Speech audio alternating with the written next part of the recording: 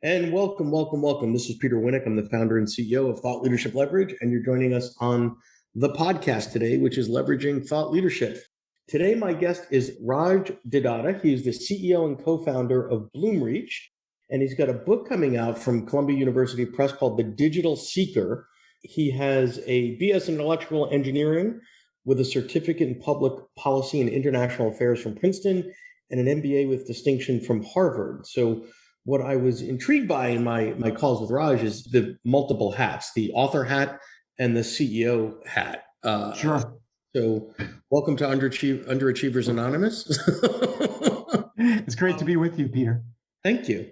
So I want to understand a little bit about Bloomreach and then why with such a full plate you said, you know what, I need something else to keep myself busy. Maybe I'll write a book. Yeah, exactly. Well, Bloomreach has been a fantastic journey. Really, I started the company now over 10 years ago, and the thesis was for us to use the best of AI and machine learning technology, which in those days was in its earlier days, and make every website, every app, every experience we all have online amazing by delivering us exactly what we were seeking at that moment. And so, 10 years later, here we are, we're powering about a quarter of e-commerce in the US and the UK.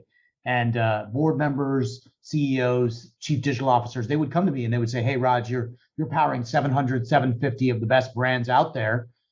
Tell me what makes the winners win." Right.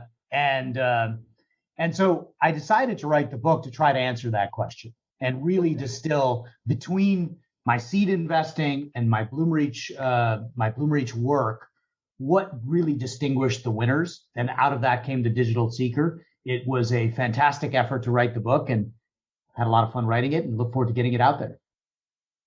Perfect. So Columbia as a publisher tends to lean more obviously on the academic side, but you're a practicing CEO, not that you don't have an academic bent. Sure. So was there a tension there between the story you wanted to tell and the way they wanted you to tell it?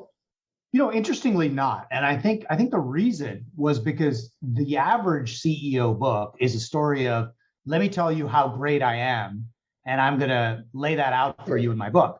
Great. No. Right. Exactly. But instead, I really wanted to tell not my story, but the story of the practitioners in the field, and specifically from an academic point of view, why digital winners succeed. And so it was a little bit like a business school research project in that sense, because I tried to answer that question a bit academically, but really through a thorough investigation of winners and losers and some analysis and the like. And so it fit the mold of a business school. And you've got this interesting vantage point because your customer base is in the middle of this digital revolution and you're powering it. So given all the work and effort and energy that go into a book, I think the only thing that people underestimate more is a home remodeling project. Right. Those are the two things that never get done, sort of the equivalent of on time, on budget. What do you see, if anything, as the advantage to Bloomreach, right? Because as the CEO, there's lots of things you could be spending your time doing. Sure, so now you put this effort. I mean, it's one thing to do an article or a keynote or something like that, but a book is a big deal commitment. What do you see as the benefit or the ROI or the impact back to Bloomreach that now their CEOs are titled often? Well, look, I think it's one of those things that's very hard to put a precise ROI on. Sure. There's other marketing, but we wanted to be, and we believe we are, the leader in e-commerce experiences. And there's just a lot of businesses and practitioners out in the world that have never heard of it. And so we felt like driving awareness was a core corporate goal that we had. We felt like we're punching above our weight in terms of the impact we're having on billions of dollars of transactions. And if we get the word out on how to help them grow their business and affiliate Bloomreach with that in turn would benefit Bloomreach from a software perspective. So let's push on that for a bit. So the awareness I totally get, right? So now we're competing from a branding perspective. It does a huge job on the awareness side. I love the punching above your weight because I'm a firm believer that most thought leadership, if done well, it's sort of weight class agnostic, if that's a thing, right? That's right. To be Accenture or SAP or whatever to have the best stuff out there. Smart wins, period. Ultimately, and it might be too early in the journey for you, the next wave, the next sort of level of impact from thought leadership is, client acquisition. Have you Yes. started this? So people calling you going, hey, I read the book, I saw this, or it's a tiebreaker for your sales force to say, our CEO literally wrote the book on this. Right, exactly. Yeah, and I don't think we're at the point where I can tell you today that that has worked, but that certainly is the goal. The book is on pre-order now; it'll be released June 1st, so you can order it Okay. already order it on Amazon and other bookstores, but Mhm. it's not out in the wild just yet.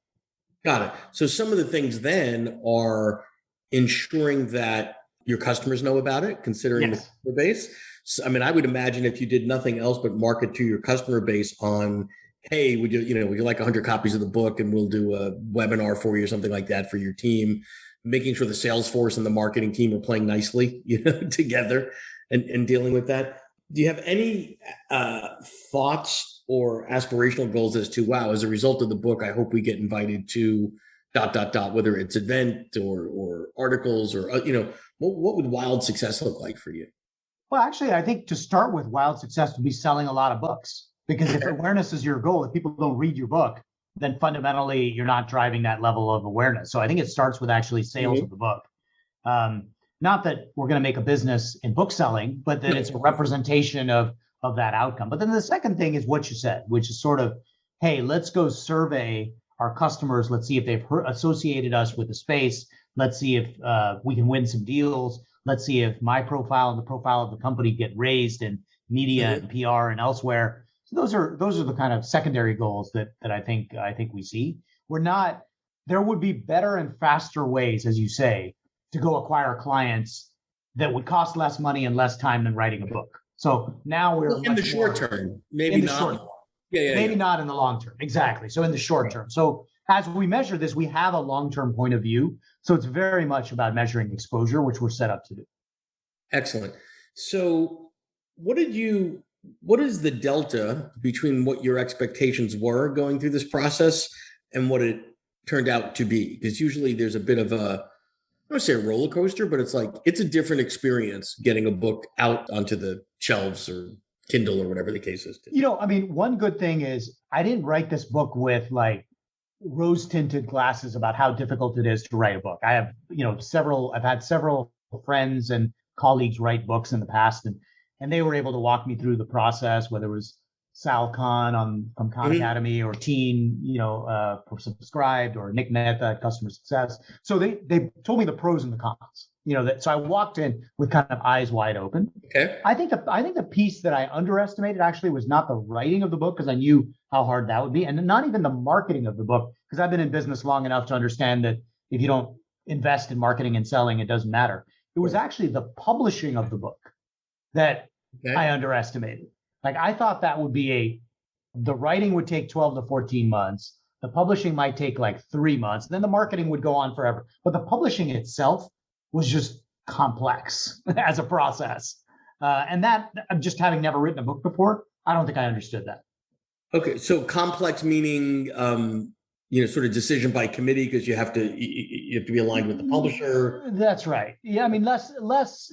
They were great. They were great. Columbia's been great, but even just the logistics of signing the contract and picking the publisher and then knowing when it's going to come out and having predictability to that, and then the pandemic changes supply chain, and so having assurances that the book comes out and knowing how many copies to order and what the implication of that is on ebooks versus printed books, and hardcover, and all the nuances of what I just simply didn't know.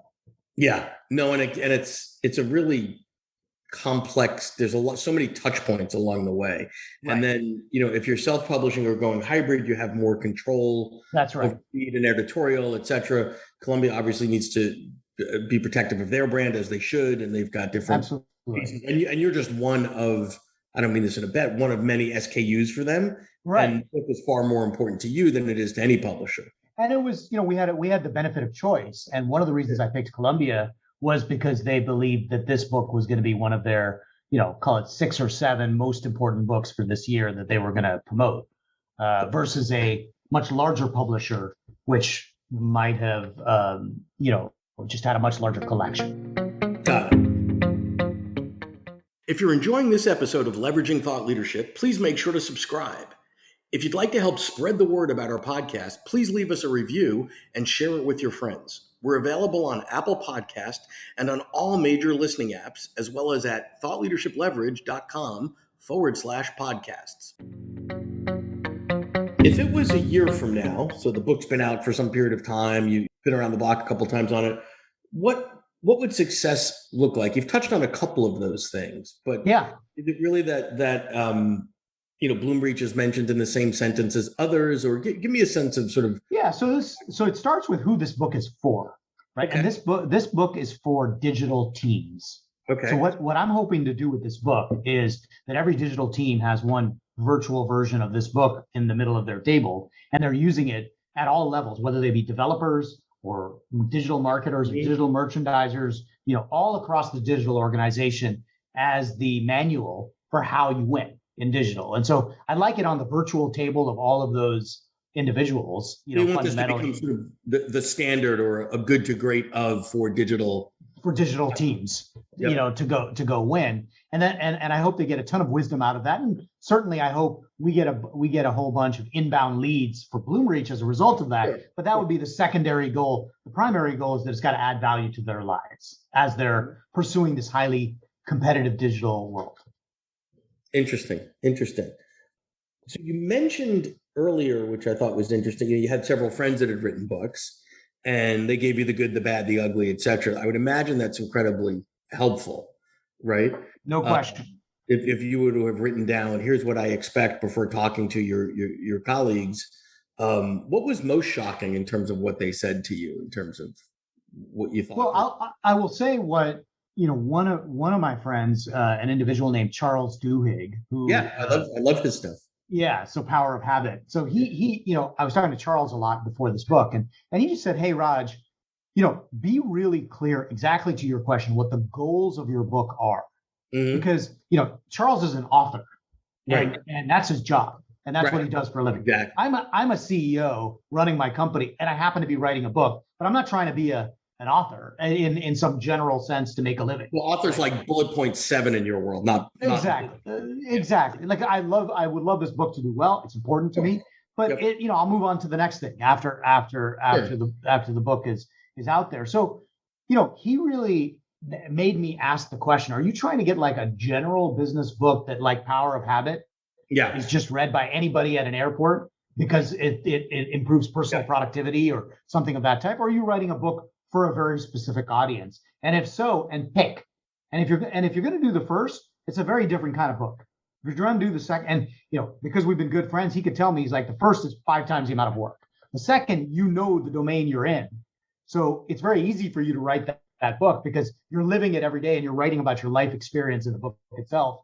And it'll be very connected to your company and the marketing and so on and so forth. So I deliberately picked the second track, which is write a book for digital about a topic I've been working on for 15 plus years in an industry I know really well, with lessons that are really clear, often for people I know really well, because I work with these types of people every day. And so he was very focused on who are you focused on? I think that's smart, because a lot of people say, oh, everybody could benefit from this book, or so many people can benefit from this book, but that's, you don't have the marketing budget for everyone. I think you could probably identify the avatars almost down, or maybe even down to the name level at, mid-cap companies, large cap, whatever your client is, and say, there's only 7 people at company X whose, hands we need to get this book into. It's not. Yeah. And it turns out, so we were very clear in our book proposal about this idea of bullseyes. So the center of the bullseye was everybody that actually works on digital in every company in the world. And it turns out that's actually not just 7 people, because digital has become so front and center. So everything's, so you've got digital marketers, digital designers, digital developers, digital lawyers. So you've got the people in the center of the bullseye. Then the people around them are the people that work with those people. So, the next ring of the bullseye became, well, who's the financial advisor working with digital teams? What about the lawyers working with digital teams? And so you can kind of keep going, but only on the very outer edge is just your average business professional. Right. And then COVID redefined that, where digital might have been part of our business versus to many now, Well, I mean, law firms have totally redefined the way they operate, professional That's services, right. the way they operate. That's right. And that's Higher why education would not have considered themselves in the digital business. exactly. And what was interesting was the demand and interest in this book skyrocketed as the pandemic Yes. took hold, because everybody said digital is the only thing. And so now demand for how to be great in it became from important to urgent. And so we saw the same thing from publishing demand and just in general with demand for software from the company. It just sort of has lifted as a whole. So one of the things I'd love your take on, or it might be too early in the process, or maybe not, is there's usually at least some, if not a lot, lack of alignment between a publisher's objectives and an author's objective. So where there's alignment is everybody wants a book to be successful, right? Everybody wants more units to be sold, et cetera, et cetera.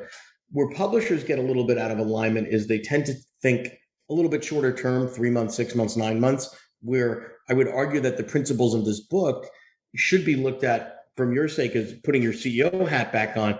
Whoa, there's a capital investment. I can amortize this over 5 years, right. 7. And you might have to do more of the heavy lifting year 2 or 3 than the publisher would. And that's okay. Have you experienced any of that sort of angst? I haven't experienced that yet, but I was also, again, very clear-sighted. Like, I'm not expecting, we're doing the marketing at Bloomreach. Yeah, of course. Book, right. And we've bought a certain number of books from them. So Columbia is going to be fine at their base cost level. They're not going to have to worry about whether or not they're going to make money on this book. They will make money on this book. The question is, will they make a tremendous amount of money, or will they make some amount of money, in that process? Or is it a lot and a little, or a little over a lot of time? That too. And I don't think we are, because we're driving most of it directly, and the book is so connected to my company. Sure. We're also taking more of the burden than many authors who are maybe just individual authors have the budget to do. It's so connected to our mission. We can afford to spend our own marketing dollars against this in ways that maybe a solo practitioner may not. And so there's a little less of lack of alignment in that process. But and then that longer term perspective, I think, plays to your benefit as well, right? Because initially you want it to be successful, measured by number of units. Year 2 or 3, getting that book in the right 100 hands could be a game changer for you organizationally, if that leads to ABC. That's right. Yeah, no, we're fired up about it. We think it's going to move the needle on the business and also help a lot of people do their jobs much better. That's fantastic. Well, I appreciate your time, and thanks for sharing your journey with us, and good luck with the launch. All right. Thanks, Raj. Thanks a lot. Appreciate it. To learn more about Thought Leadership Leverage, please visit our website at thoughtleadershipleverage.com. To reach me directly, feel free to email me at peter@thoughtleadershipleverage.com.